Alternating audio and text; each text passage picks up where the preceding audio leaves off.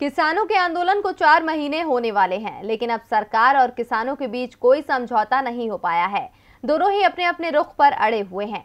ऐसे में किसानों ने अब अपनी रणनीति में बदलाव करना शुरू कर दिया है, जिससे केंद्र सरकार की तो मुश्किलें बढ़ेंगी ही, साथ ही राज्यों में चल रही बीजेपी की सरकार पर भी प्रभाव पड़ेगा। तो आखिर क्या है किसानों की रणनीति, देखिए ये रिपोर्ट। देश को अन्न देने वाला अन्नदाता आज खुद सड़क पर है। दिल्ली की सीमाओं को घेरे बैठे किसान सरकार के नए कृषि कानून की मुखालफत करने में लगे हैं।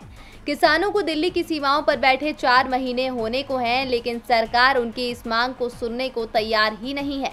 ऐसे में अब किसानों ने ठान लिया है कि जब तक कानून की वापसी नहीं होगी, तब तक किसान घर वापस नहीं लौटेंगे। और इसी कड़ी में अब किसानों ने 26 मार्च को भारत बंद का आह्वान किया है, जिसके लिए भारतीय किसान यूनियन ने तैयारियां तेज कर दी हैं। भारत बंद को सफल बनाने के लिए किसानों ने सिंघू बॉर्डर पर बैठक की।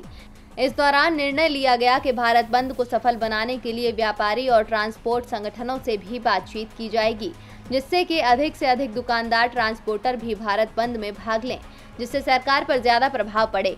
इसके साथ ही किसानों ने बीजेपी के खिलाफ मोर्चाबंदी करने की तैयारी शुरू कर दी है। ऐसे में किसान पश्चिम बंगाल जाकर बीजेपी को वोट न देने के लिए लोगों से अपील कर रहे हैं।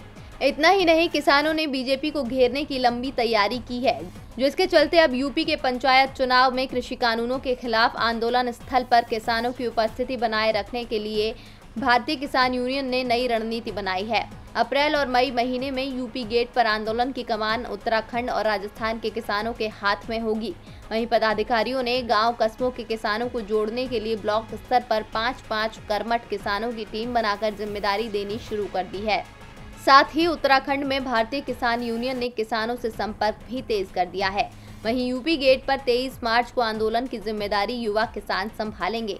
शाम के समय युवा और बुजुर्ग मिलकर स्वाभिमान मार्च निकालेंगे, जिसमें 2,500 से 3,000 किसानों के शामिल होने की उम्मीद जताई जा रही है।